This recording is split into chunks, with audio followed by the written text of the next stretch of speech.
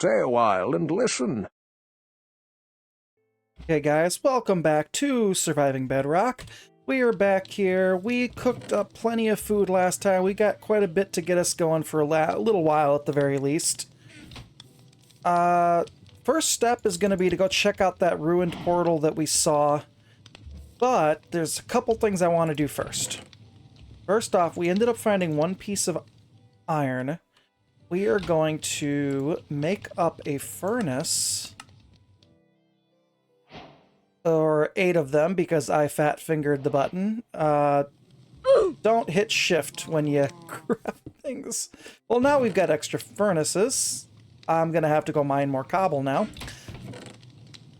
And we also need to make a new axe, because this one's about to break.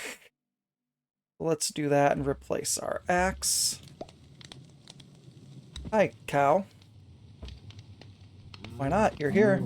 Come here. If he's going to give himself to me, I might as well. We are going to cook up our solo piece of iron with a couple sticks for fuel really quick. We are going to make one of the most powerful items that we can make for ourselves right now at this point in the game. And we unlocked a bunch of recipes. But we are going to make some of these. And we are going to make ourselves... Nope, I need one more. We are going to make ourselves a shield. That'll help us in case any more creepers sneak up on us or anything, because if we crouch, we will block all incoming attacks from that direction. So that should help us out. We're also going to go ahead and make up another bed that we can take with us. That way we don't have to keep picking up our one that we have here. We should be able to sleep any second now. The sun is getting down below that horizon.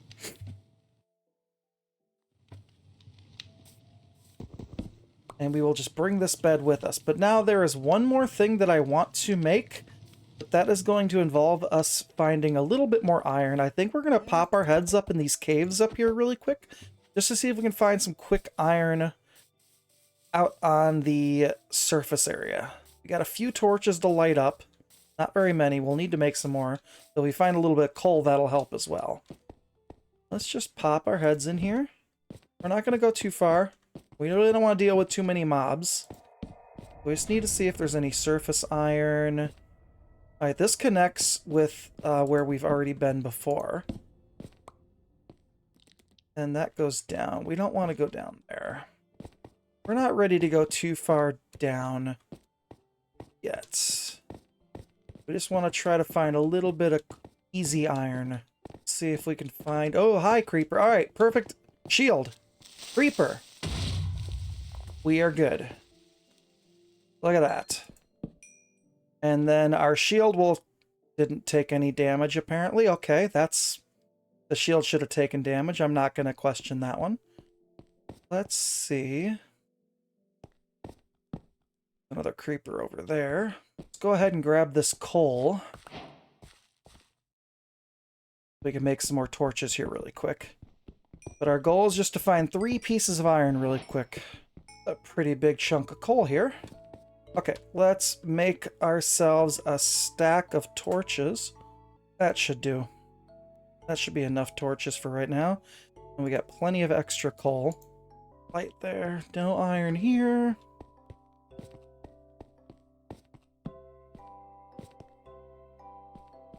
See an emerald up there. We're not going to mine that up. I do believe you need iron tools to be able to get that. Doesn't look like we're finding any iron, though. That looks like it dead ends. No iron in here at all. Some more coal. Well, this is going to be very fruitful for coal, but we need some iron, and we're not going to find any. Okay, well, let's grab the coal on our way back, and we'll see if we can find some iron somewhere else. Well, we didn't have any luck finding any iron over there, so I figured we'd come over towards the ruined portal and see if we can try our luck over here a little bit. But this is a ruined portal. This came into play, I think, in 1.16, and it gives you guys, like, clues towards the nether. So it's like a little hidden Easter egg, if you will. And it gives you some random equipment and stuff. We'll take these. I don't know how much use we'll get out of them. Got a flint and steel. That could be useful. We got gold blocks, which we cannot mine without an iron pickaxe. We got obsidian, which we can't mine without a diamond pickaxe. And we got bunches of lava, which is why we wanted the 3 iron. Because I want to grab a bucket of lava. Because our next step is going to go check out that Pillager Tower, which we use a bucket of lava to take out the banner captain. We won't get the bad omen effect. But we also have a flint and steel. We could always use that too to set them on fire. That might be a good trick. See if we can find a iron over here somewhere. And if not, we'll just start heading over that way. We found one bit of iron down there we're trying to get to, and the zombies keep coming out of the cave. But one of them just dropped us an iron ingot, which is helping our cause. We just gotta knock these guys down so they don't set us on fire. And try to work our way down to that chunk of iron. And we'll add it with the iron ingot that the zombie just dropped. Very carefully and quickly gonna try to get down here. Get to this iron. Zombie with a shovel there. We gotta watch out for him. Oink. We're out. Oh, he's seen me. Run. Don't know where he's at. Run. We got our iron. That's all we needed. Okay, so we got our 3 iron. Let's go ahead and make our buckets. And let's go grab a bucket of that lava. And bucket of lava acquired. So what this is going to allow us to do is, first off, we can cook food. If we don't burn it up in the lava. Let's try that again. As I was saying, we could cook food. Nope. As I was saying, we can cook food. They've added a delay to the game. I can't pick the lava back up quick enough.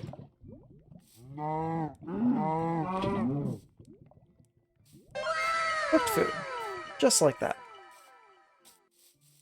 They appear to have added a delay to the lava bucket that you can't pick up the lava immediately after placing it down. Oh, poor horse. That wasn't intentional. Aggro! That is the worst decision you could have ever made in your entire freaking life. What is your problem? At sunrise, let's go check out that Pillager Tower. Okay, let's try to make our way up here to this Pillager Tower and see what we've got to work with. This might be a good spot for a raid farm at some point. Probably don't want to get too close to the thing. Oh, we've got a whole village here. Well, that changes everything. We have a Pillager Tower pretty much inside the village. This might be problematic. Okay. Let's protect the village. Yeah. Because these guys are going to start attacking the villagers. Oh, there are pillagers everywhere. What's going to be our best course of action here? We need to somehow keep the pillagers contained. Let's grab these fencing. See if we can maybe fence it in. Otherwise, these pillagers are going to run all over the village and take out all the villagers. And there's the banner captain. He's the guy we don't want to mess with. We don't want to kill him. Otherwise... Oh, they're going for the villagers. Let's save the villager.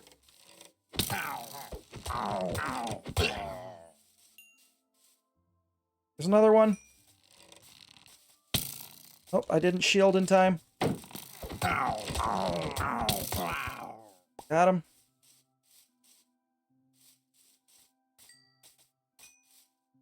Let's get this guy here. Shield. Oh, he got right through my shield. Alright, get him. Alright, we need to heal.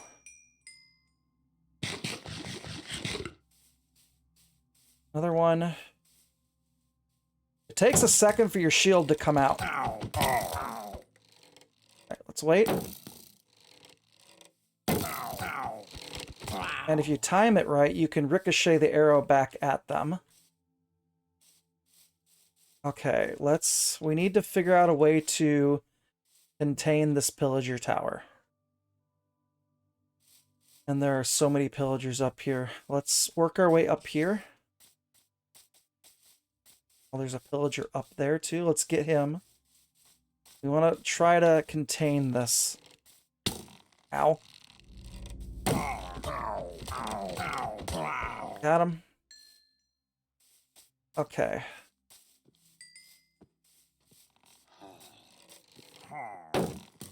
A zombie. I'm gonna assume there's no cave right next to me. Okay. Let's eat and heal. We need to figure out a way to contain these guys. Did get some fences. Let's get some of those. Alright, there's the banner, dude. We don't want to... Oh, there's two... Why are there multiple banner guys? We're gonna get our lava bucket ready. Alright, lava bucket. Now, we can't touch him. We need to let the lava... Oh, no. Well, that's not good. Okay, we can't go back near the village because some reason that still gave us the effect. Ow. Milk bucket. Another good reason to have the bucket. Milk buckets remove status effects. So that took the bad omen off of us. I don't know why we got the effect. It must have been from the arrows ricocheting. Let's scoop up our lava. Those guys are all... I don't have a good way to contain them. Oh, pig. Oh, bye. Sorry, pig. I'm going to think about this for a second and cut back in if I come up with a solution on how we can contain this. Okay, we may have a strategy here. I'm watching this Pillager Tower, and as I move about this close, you're going to see the Pillagers start spawning in the top. And we're waiting... That right there. That seems to be the spawn spot for that tower, because I'm not seeing them spawn in any other location. If we move farther away, they despawn. So I think my strategy is going to be to try to get up top there, and we're going to place a whole bunch of fence posts and lock the Pillagers in their spawning location. At least that's going to be the strategy. The problem is we're going to have to fight our way up there. Thankfully, it looks like when we get Bad Omen from the tower, we're too far away from the village center to immediately start a raid. Alright, so we've got a couple guys in there. We're going to rush in there right now. I hope this works. It doesn't seem like they're spawning in the middle levels. Alright, let's take this guy out. Alright, we got the Bad Omen. It's fine. Get this guy. Okay. Tower is claimed. Let's grab our loot. We got some arrows. We got some wheat, some carrots, some dark oak logs, another crossbow. All right, what we are going to do... Actually, what I think we can probably do here... We can probably just lock these guys in the tower. Let's block any way that they have to get off of this floor.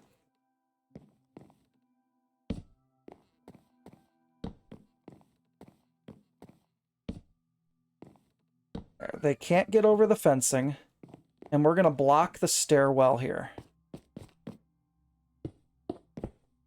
Then we're going to light up these floors. Okay, torches. We're going to see if this prevents... So let's fence gate the door. Let's block all of these with fences. Oh, we got a guy. Hey, you're a little close, buddy. Personal space. Personal space. Thank you. Let's finish blocking this. Anybody else? All right, this floor can't get out to the outside. Oh, did I forget to block? Maybe this is my problem. I didn't fully block that. Either way, if any do spawn on the... How did you... Okay, they're spawning outside somehow. That changes things a little bit. Are they spawning on the outside? Let's see. Are we getting any more pillagers on the outside? All right, they're up top. Okay, I think we've got this figured out. I checked out a video that Rayth actually has from a couple years ago that shows how to find the spawn spots in a Pillager Tower. I'm going to go ahead and link that up in the top of the video description right here for you guys. I do suggest going and checking it out. But I was able to determine that this tower has 2 spawn spots. We already see the one right there in the center next to the stairs. The second spawn spot is actually hanging off the edge here where the banners are. And pillagers shouldn't be able to spawn there without there being a block.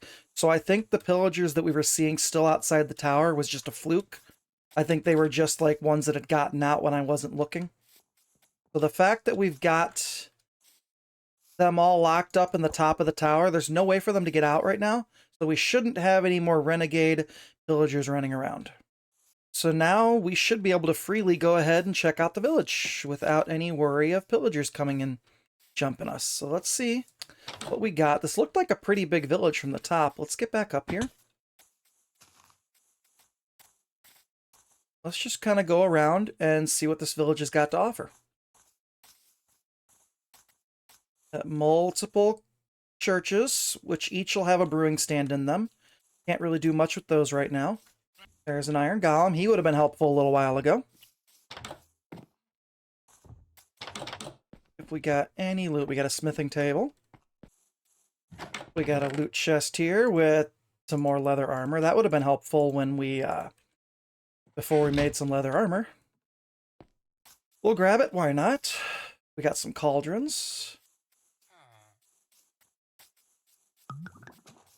Got another church. How many churches are in this village? We got 1, 2, 3, 4 churches. Holy cow. Let's see what else we got. Another cauldron. A chest. Up, another piece of leather armor. God, they really are shunning me for making leather armor, aren't they? Okay. Village stretches. Oh! Down here. Hi, buddy. Got a nice little fall there. This village stretches quite far out here. Let's see what we got over here. Ooh, we got some taters. We got some apples. I don't really need those.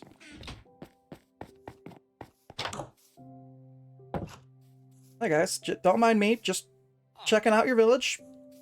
Definitely not stealing stuff. Nope, not at all. Anything else? Oh, we got some fully grown farmland here. Let's check this out.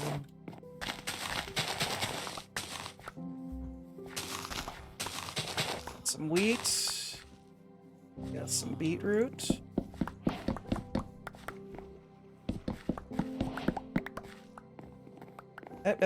That's my stuff. Don't you be taking my stuff. You guys can replant. One thing we're gonna do really quick while we're here. Let's make some dye. I want to actually dye my armor. I needed a cauldron in order to do that. So we got that. Let's get some undamaged pieces since we've got them. Dye our helmet. Pants. Dye our boots. You can dye 4 pieces of leather armor in a cauldron. Or is it 5? I think it's actually 5. Let's see. We've got extras. 4. Yep, it's 5. And 5. Oh, is it more than 5 now? Maybe it's 6. Oh, it's 6. I thought it was always 5. I learn something new every day. Oh, we can dye up some armor with that. Never mind that I just stole all his water. He's fine. We'll leave our bed and our crafting table here for right now. We're going to head back over to base camp because we're going to set up a little something with all the loot that we just picked up here. And that'll round out today's episode. I'll see you all over there. Okay, now that we're back over here, we cleaned up our inventory a little bit. We're going to trim the land back here just a little bit. And we're going to set up some crops. And we're going to talk more about food. I know we covered food in the last episode about just basically getting it from the wild animals in the area. But we'll talk about crops here. And let me finish trimming this area back and getting rid of the grass. And then we will plant some crops and talk about the different saturation and hunger levels they'll give you. Okay, so a lot of terraforming later, and this is what we've got laid out here. We've got 5 different plots of land for 5 different types of crops. And we're going to give you guys the basic lowdown of how this all works. So as far as farmland goes, from a singular water source, you can hydrate land up to 4 blocks in each direction from that land. That's how I set up these plots of land. And it's a square pattern, so everything in between here is going to hydrate. If you tried to till land 1 block further, it would end up drying out and turning back to dirt. So this is the maximum from a water source that you can hydrate. And this is usually the most efficient way to set up a crop farm. So we're going to get all of these plots tilled, and then we're going to come back in.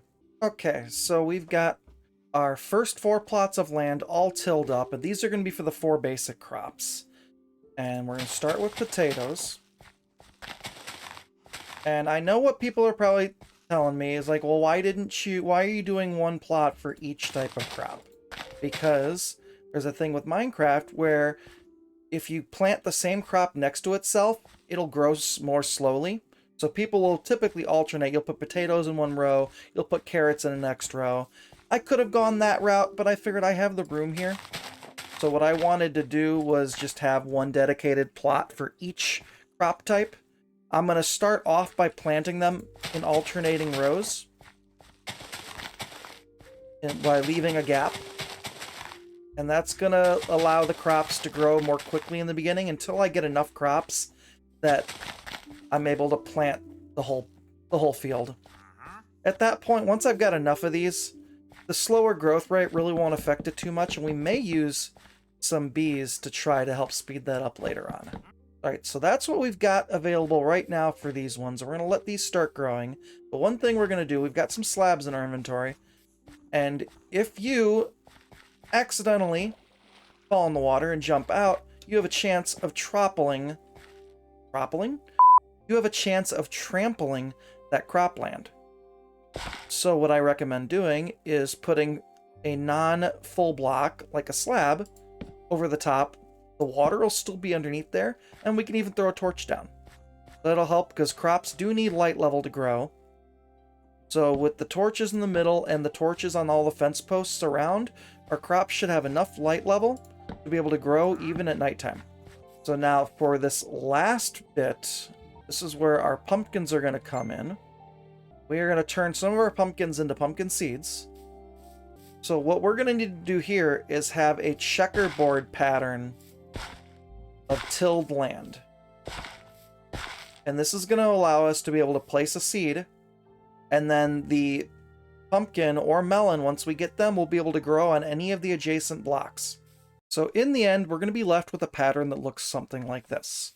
Checkerboard going out the 4 blocks total.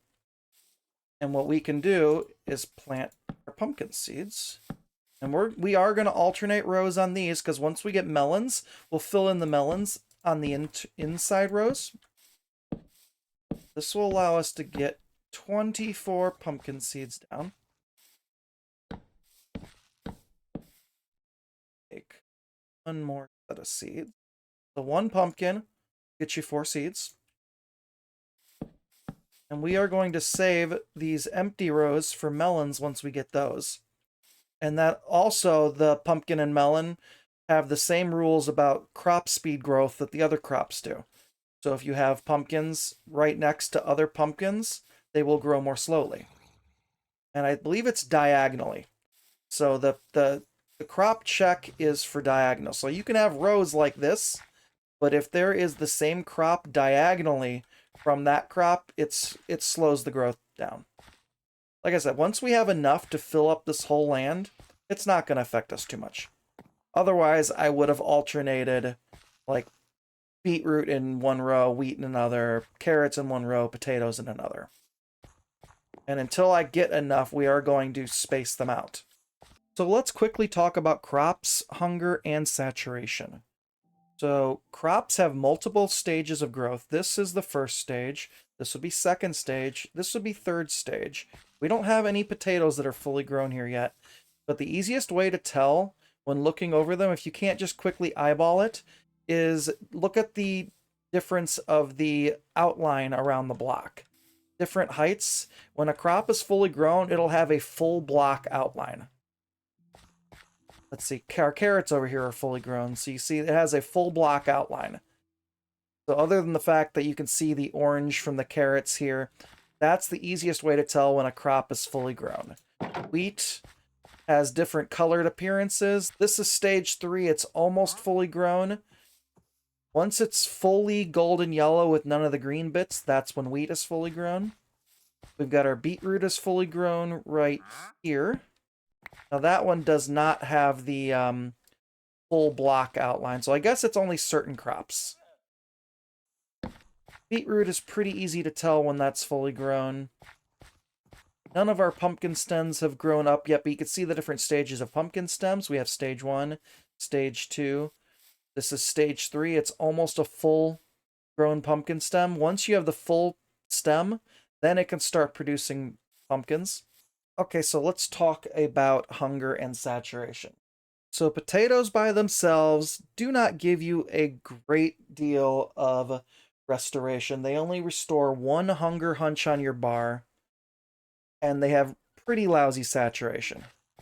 But potatoes have the added benefit of being able to throw them into a furnace and cooking them into baked potatoes, which give you much better hunger and saturation. They will restore 5 hunger level, or 2.5 hunches on your bar, and they have a saturation level of 6.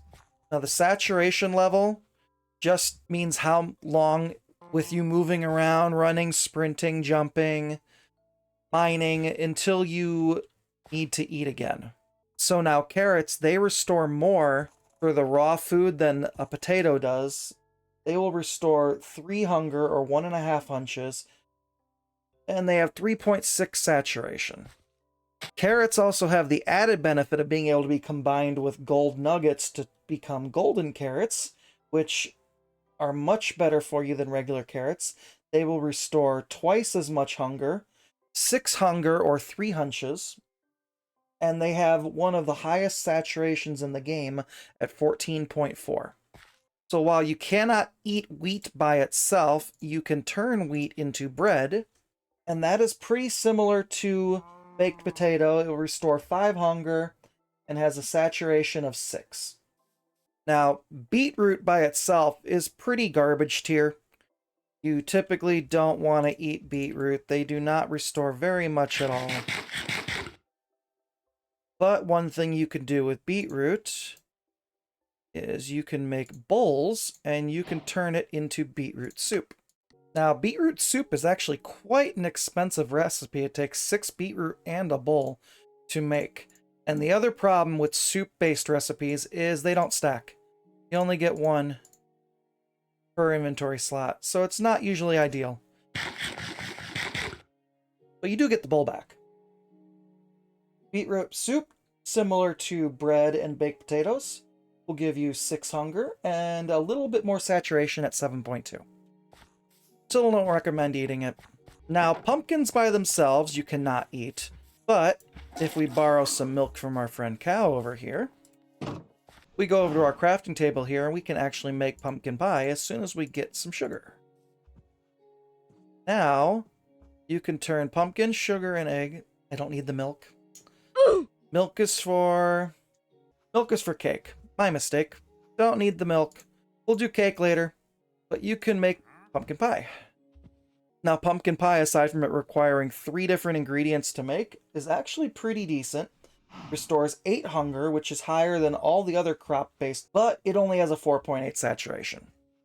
So lower saturation. So a couple of the crops we do not have right now. We don't have melons. Melon slices are pretty garbage tier. They only restore 2 hunger or 1 hunch. They have lousy saturation. Pretty much the only time you ever eat melons is when you spawn in a jungle and it's your only starting food source. Same thing with sweet berries. They are in the spruce forest and the taiga biomes, and they also only restore 2 hunger and 1.2 saturation. Apparently on Bedrock it's slightly higher than Java. And now to quickly round out some of the meat options that we gathered last time. Cooked chicken will give you 6 hunger restoration and 7.2 saturation. Cooked mutton, aka sheep, will give you 6 hunger and more saturation at 9.6. Cooked salmon, which we gathered up last time in the river, will actually give you a decent amount of 6 hunger restored and 9.6 saturation. Alternatively, cooked cod, which is slightly worse than salmon, only gives you 5 hunger and 6 saturation. And generally, cooked pork and cooked beef are your best options. Those give you 8 hunger restored and 12.8 saturation. Now, there's also a bunch of other food options. There's rabbit, there's cookies. We're not going to go into all of those right now because this episode is already running long enough. But all we have left to do is harvest our crops and keep planting until we have a full field. Now, what else can you do with crops?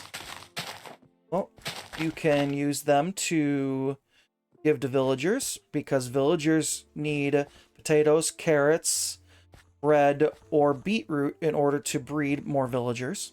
And you can also breed animals with them. Sheep and cows will breed with wheat. Pigs will breed with any of the other 3, potatoes, carrots, or beetroot. Chickens you can breed with seeds. And horses, mules, and donkeys you can breed with golden carrots or golden apples.